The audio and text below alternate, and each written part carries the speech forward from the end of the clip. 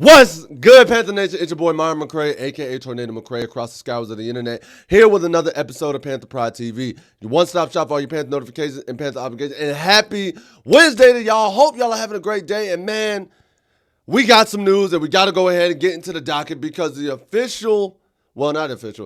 unofficial first depth chart has been released.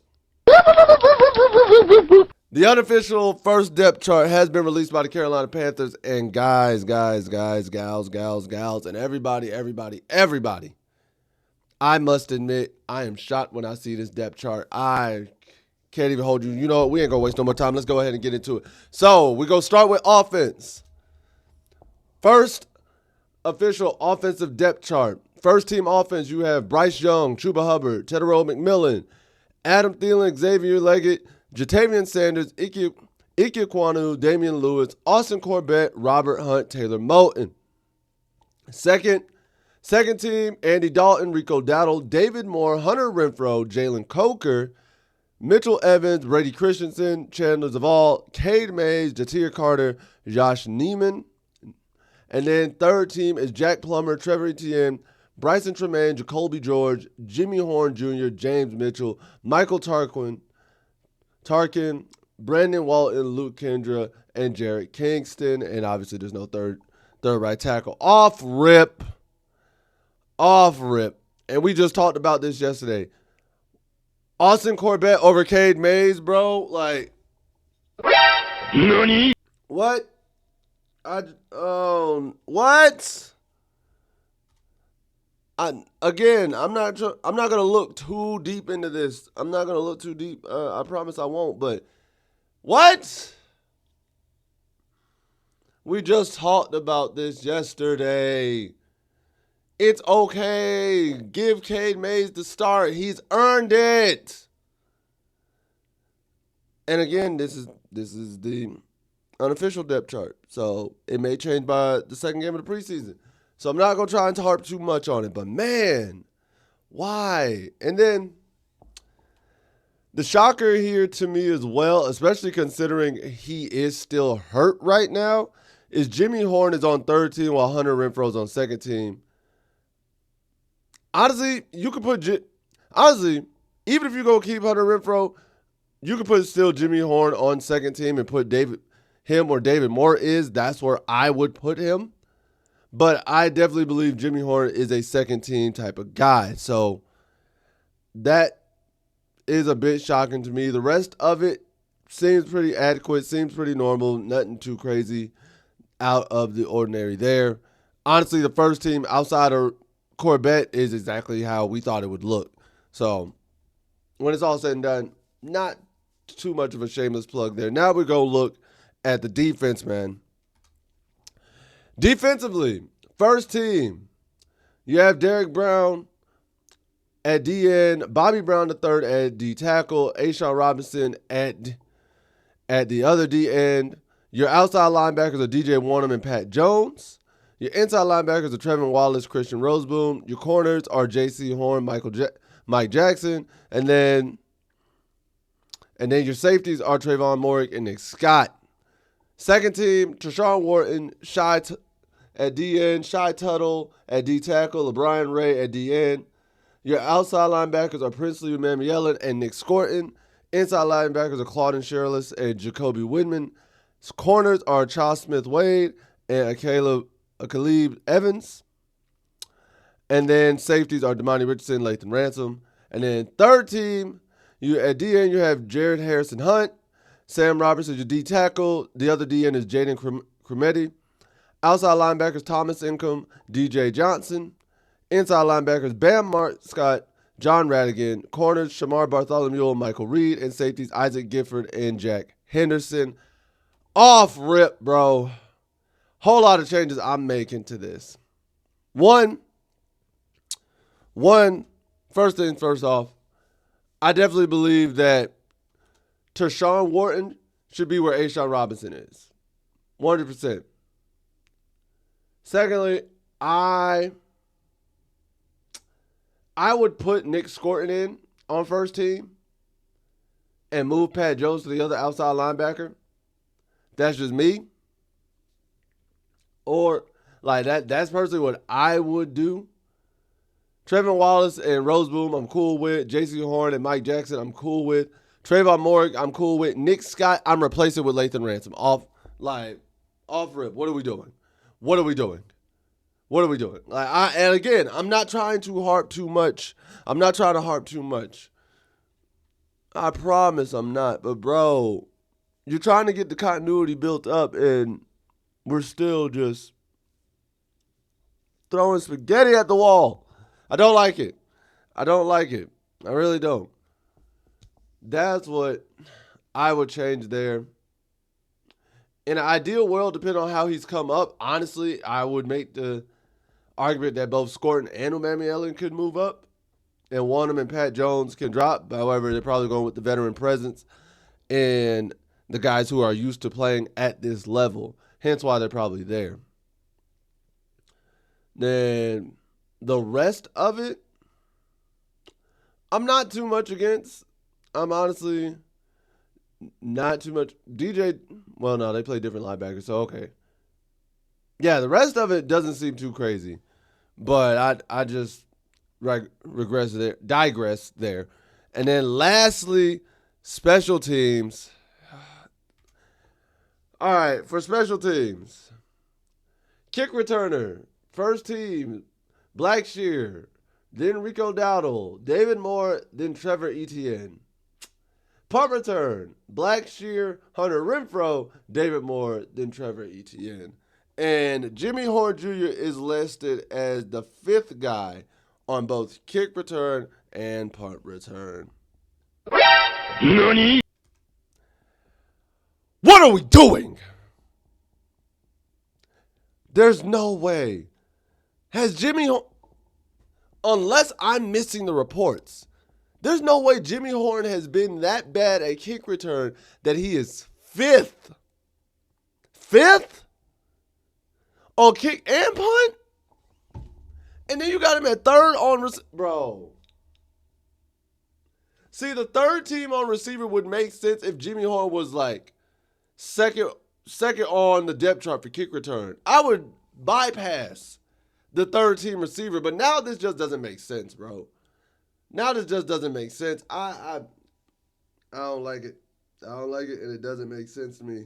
And I really don't. Again, this is just me being candid with y'all. I know it's unofficial. I know it's not the official depth chart, but come on now. And especially, I think I'm on edge due to the fact that the Cleveland Browns just listed Shedeur Sanders as a fourth-string quarterback earlier this week, but now he's starting against us on Friday. So I'm just like, bro, I need y'all to stop playing the mind games and just get the depth chart to where you want it to be kind of right now, personally. But that's what we do preseason for, to figure out where people are going to go and what people are going to do. So there's that. And then kicker, starter is Matthew Wright over Ryan Fitzgerald, and punter is Sam Martin. Honestly, I like that call with Matthew Wright being the starter over Ryan Fitzgerald, because Ryan Fitzgerald has just been struggling, and it has not been pretty. So I'm not against that in any way. And then moving on to the next item on the list is Ayo. Shout out to Lathan Ransom. Lathan Ransom has continued to show out in training camp and has continued to impress a lot of people. Even got an interception yesterday in the rainy conditions that practice was, where everybody was taking. He had an interception while he still had his gloves on. Crazy enough. And it was downpouring yesterday. So shout out to Lathan Ransom, but then even so much so that Coach Canales had to speak out on his impressive run through camp once again. And here's what Coach Canales had to say. He said, where it go? There it is. He said this. One thing I'm noticing about him is he always seems to be in great position to make a play. And that comes with study, that comes with being disciplined, about owning your leverage, analyzing the formation, run, pass, and then putting yourselves in an athletic position to make plays. And I can't be happier with where he's at and where he's headed. Listen, man, I've been telling y'all, I love Lathan Ransom.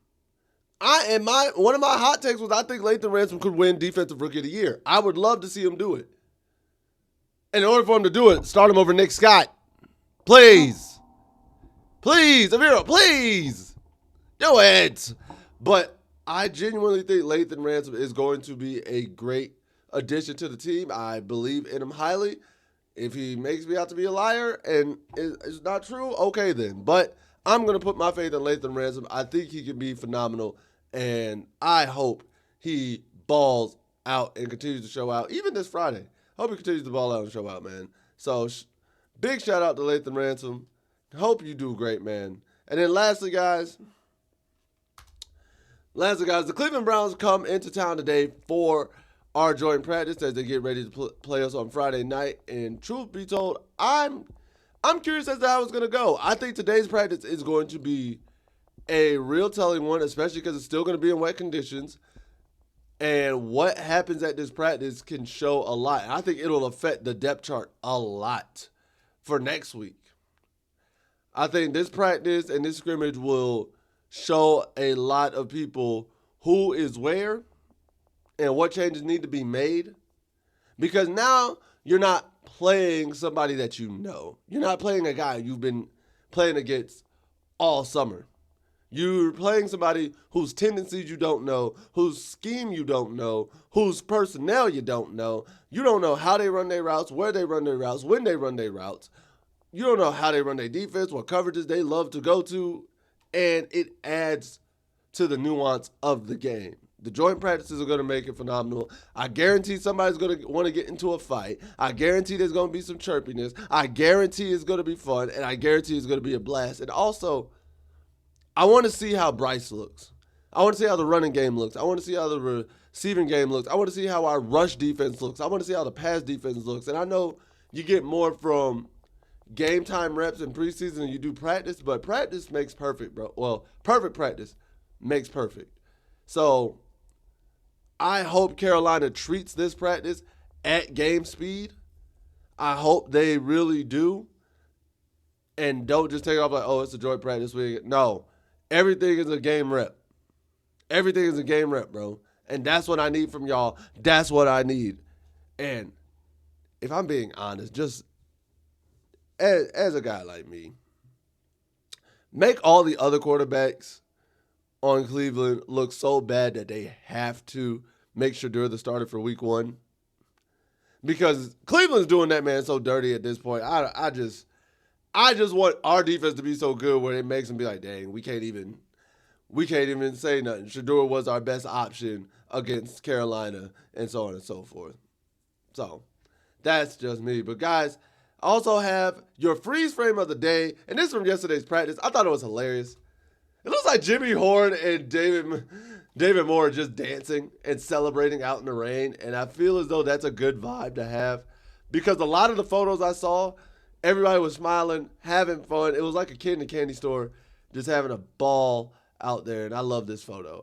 I thought this was the best photo, and that's our freeze frame of the day. So with all that being said, it is now time for Panther Nation. Time to speak your truth, baby. Let's see what the comments got going on. First comment goes from Wano Wanderer 780. He says, I don't think Corbett can handle it. And Mays is younger, cheaper, and better, so we should let him start. I'm going to be shocked if he doesn't. Also love the consistency with these videos. Put them on every day after wrestling practice. Keep up the good work. Also, some people are saying that we might get Micah Parsons, even though we have around $19 million in cap room. Can I get your opinion on that? And keep pounding. Well, like you, man, I agree. Cade should be the one to be starting. I don't know why we're going with Corbett, but hey, it is what it is. That's neither here nor there. Micah Parsons, the Micah Parsons situation. We're not getting Micah Parsons, barring some craziness. Now, and the reason being is financially. Micah Parsons is an expensive player. We only got $19 million in cap room. We're trying to build on that because next year I want to say we have $68 million in cap room. So that'd be different. Micah Parsons, brilliant player, great on defense. It'd be nice to get him, but I don't think we'll get him right now. If we were to get him, it'd be next year. Even though value-wise, that's another season under his belt, and just lowers the value just slightly. But if we were to get him, it would be more so next year in terms of financially being able to obtain him, unless we give up somebody who has a massive contract. And the guys we have on our team that have those massive contracts to make it seem worth it, we're not giving them up. So, barring Micah Parsons just wants to randomly take a huge pay cut, we're not getting him. Then next, you have Big Ek 7823 says, Corbett proved he couldn't handle it. Let's put him back at guard and allow him to make a pass. I mean, hey, I'm with you. Like, I can't disagree anymore. There's nothing else to say there. And then lastly, Big Lou, baby. My man says, I feel like regardless, this season will be the best season of week 1 going as planned. If week 1 going as planned, history will repeat itself, but I'll let you in on that secret after week 1. Love the channel. Keep pounding. Oh, Big Lou, I've already addressed that. I've already talked about that coincidence. I know exactly what you're talking about. I've already discussed it on this channel. And it's possible. It's very possible. Now, the only difference is I wanted to end differently than the other times in history. That's all I have. But guys, that's all I have for today's video. If you enjoyed this video, please make sure to like, share, subscribe, and hit that notification bell at the bottom so you can always be notified of when these videos are dropping. Next, let's continue on. Oh, wait, that's a different thing. Next, comment below and let me know, what are your thoughts on the depth chart, man? Let me know some of the changes you would make. 2, how do you feel about Lathan Ransom? Like, going into this season, do you think he should be the starter over Nick Scott? And 3, what do you anticipate will happen at these joint practices and in the game on Friday night? Also, I think I'm actually going to do the watch party on playback.tv.